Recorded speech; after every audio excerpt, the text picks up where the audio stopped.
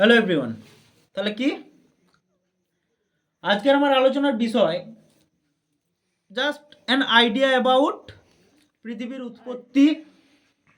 পৃথিবীর উৎপত্তি সম্পর্কে পাত সংস্থান তত্ত্ব। ওকে, আর কি Pangaea Panthalassa, just an idea, অর্থাৎ মহিসঞ্চরণ তত্ত্ব সম্পর্কে একটু আইডিয়া, সমুদ্রবক্ষের সম্প্রসারণ তত্ত্ব সম্পর্কে একটু আইডিয়া, এবং অগ্নুৎপাত, ম্যাগমা, লাভা, ভূমিকম্প, তারপর হচ্ছে 3 ধরনের পাত সীমানা, অভিসারী, অপসারী এবং নিরপেক্ষ, এবং ভাঁজ, চ্যুতি, ভূমিকম্পের তরঙ্গ, PSL প্রভৃতি সম্পর্কে। ওকে, তাহলে বেশি কিছু কথা না বাড়িয়ে আজকের আলোচনায় আসা যাক। ওকে, শোনো তাহলে। আমাদের যেটা পৃথিবী বলছে কি, আমরা নেবুলার সম্পর্কে সবাই জানি। আমাদের পৃথিবী উৎপত্তির বিগ ব্যাং থিওরি সম্পর্কে সবারই মাথায় একটু জাস্ট অ্যান আইডিয়া কিছু না কিছু সবার মধ্যেই আছে। ওকে, এই পৃথিবী যখন উৎপত্তি হয়, এই পৃথিবী উৎপত্তি হওয়ার সময় পৃথিবী শুধুমাত্র একটা ভূখণ্ড ছিল, যে ভূখণ্ডটার নাম ছিল কি, প্যানজিয়া।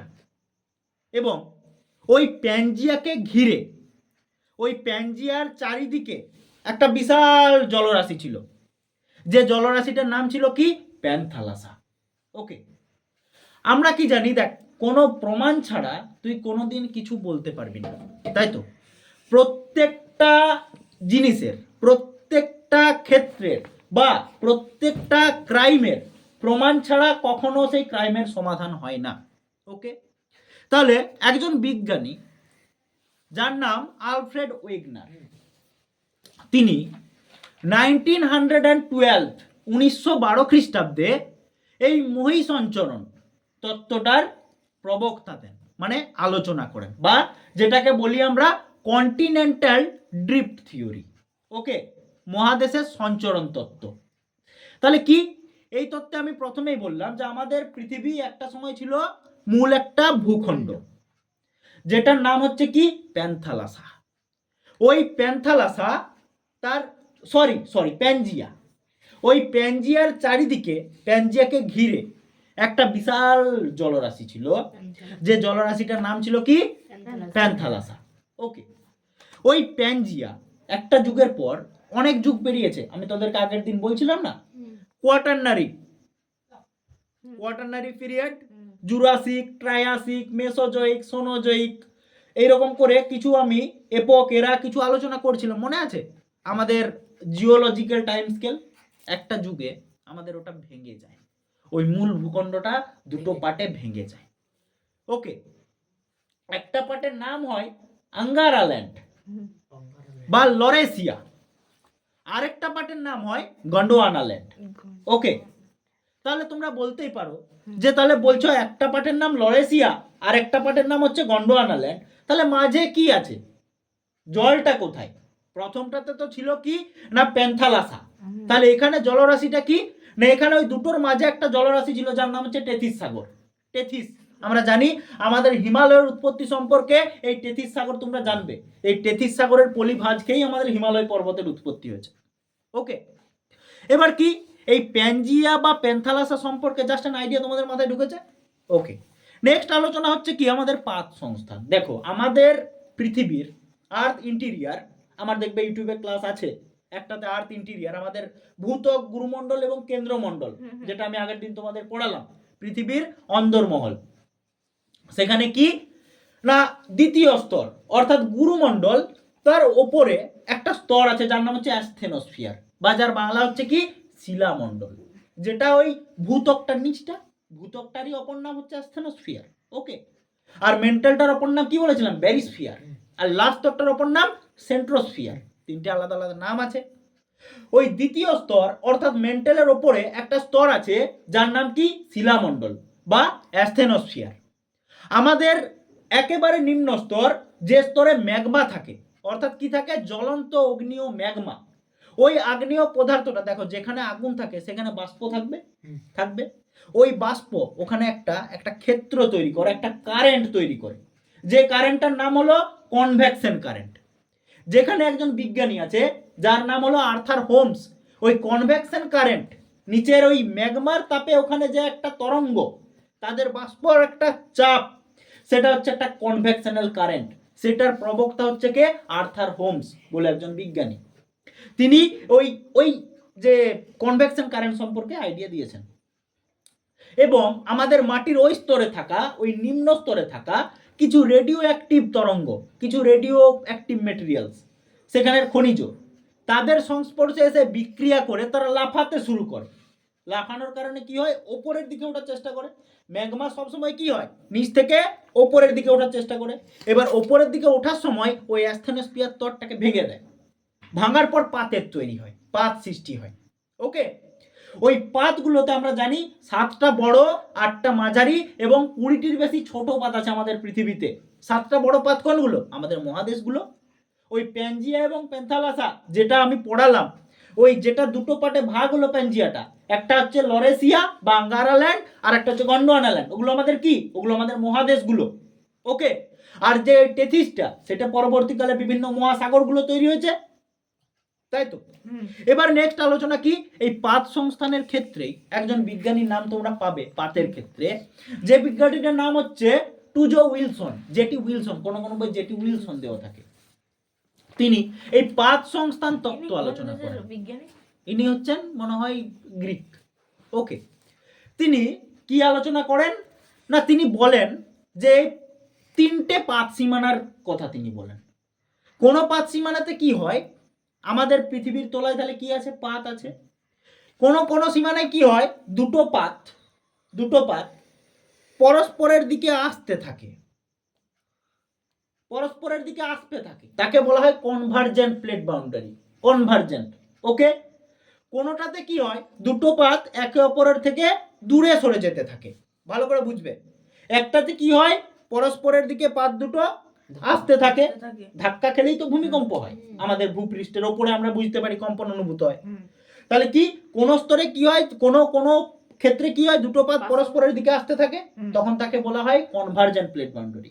যখন দুটো পাত একে অপরের থেকে ডাইভার্জ হয়ে যায়, অর্থাৎ একে অপরের থেকে দূরে সরে যায়, তখন তাকে বলা হয় ডাইভার্জেন্ট প্লেট বাউন্ডারি। আরেকটাতে কি হয়? হয় আস্তে আস্তে একে অপরে উঠে যায় উপরে, অথবা পাশ কাটিয়ে চলে যায়। বাবা তুই চলে যা, আমি আমার পথ ধরি, পাশ কাটিয়ে চলে যায়।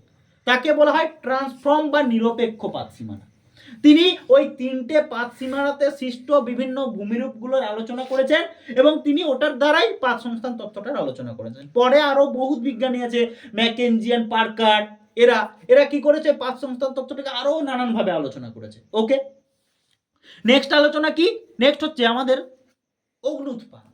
দেখো, আমরা জানি আমাদের আগ্নেয় শিলা, আমরা নাম তো জানি, আগ্নেয় শিলা বা শিলাতে আগ্নেয় পাললিকা রূপান্তরিত।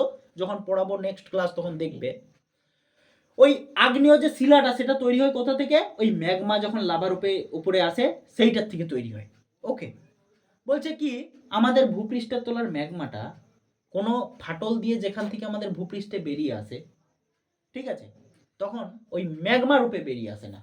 যখন মাটির তলায় থাকে ততক্ষণ পর্যন্ত ম্যাগমা রূপে থাকে। যখনই মাটির ওপরে উঠে যায় তখন তাকে বলা হয় লাভা। তারপরে এসে আমাদের ভূপৃষ্ঠের উপর অনেক ভূমিরূপ তৈরি করে, তাই তো, অনেক ভূমিরূপ তৈরি করে। নেক্সট আলোচনা কি? আমাদের সমুদ্র বক্ষের সম্প্রসারণ। দেখো, আমাদের সমুদ্রের তল, এটা হচ্ছে আমাদের সমুদ্রের পাড়। পাড়ের থেকে যত নিচের দিকে যায় না, এই জায়গাটাকে বলা হয় মহীসোপান। সমুদ্রের মানে এটা যদি সমুদ্র হয়, এখান থেকে নিচের দিকে নামছি খালে, এই ওপর থেকে আস্তে আস্তে ঢাল শুরু হওয়ার আগেটাকে বলা হয় মহীসোপান অঞ্চল। একটু ঢালটা শুরু হলো, সেখানটাকে বলা হয় মহী ঢাল। এবং একেবারে নিচ, সেটা হচ্ছে গভীর সমুদ্রের সমভূমি, একটা তট এলাকা। ওকে, সেটা কি? একদম প্লেন এলাকা, সেখানে ছোট ছোট ভূমিরূপ দেখতে পাওয়া যায়।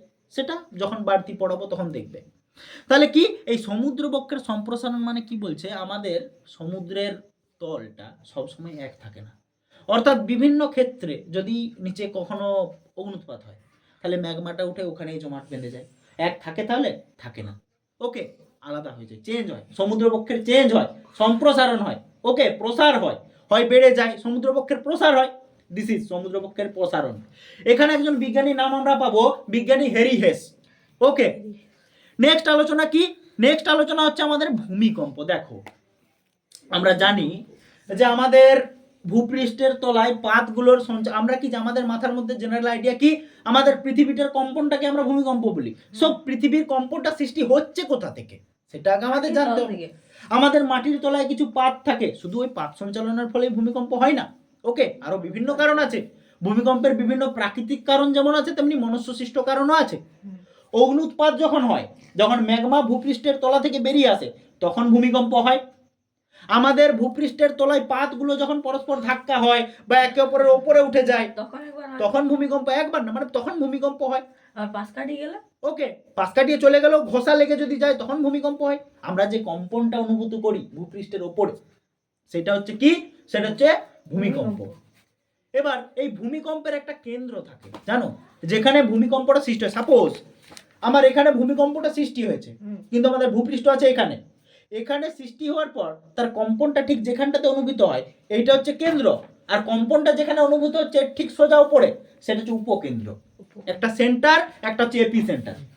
এবার এই ভূমিকম্পের ক্ষেত্রে আমরা তিনটে তরঙ্গের নাম পাবো। একটা হচ্ছে পি তরঙ্গ, একটা হচ্ছে এস তরঙ্গ। একটা তরঙ্গ পি আর এস মেন, আর একটা হচ্ছে এল, যেটা বিজ্ঞানী রেলে নামক একজন বিজ্ঞানী, যিনি ওই এল তরঙ্গ, ওটাকে আবার রেলে তরঙ্গ হিসেবেও তিনি আলোচনা করেছেন। ওকে, কোন তরঙ্গ কি হয়, গভীরে থাকে, কোন তরঙ্গ গভীরে চলাচল করে, তার প্রসার ঘটায়। আবার কোন তরঙ্গ কি হয়, একদম ওপরের স্তরে থাকে। ওকে, এবার কি আমাদের আরেকটা যেটা চ্যুতি আর ভাঁজ। দেখো, যদি এটাকে ভাঁজ কখন হয়, আমি যদি এইরকম করি তখন কি হচ্ছে, ভাঁজ হচ্ছে। যদি আমি টেনে দিই তাহলে কি হবে, চ্যুতি। ওকে, তাহলে চ্যুতি আর ভাঁজ কি? চ্যুতি মানে হচ্ছে যখন দুটো পাত পরস্পর আসছে একে অপরের দিকে, তখন সেই মাঝে যদি কিছু ক্ষেত্র থাকে, সেগুলোকে কি হয়, সেগুলোকে এবড়ো খেবড়ো করে দেয়, সেটা হচ্ছে ভাঁজ। আর যখন টানার ফলে যে ছিঁড়ে যাচ্ছে, সেটা হচ্ছে কি, সেটা হচ্ছে চ্যুতি। ওকে, চ্যুতি আর ভাঁজ সম্পর্কে একটু জাস্ট আইডিয়া রাখবে তোমাদের নিজের মধ্যে। ওকে, থ্যাংক ইউ।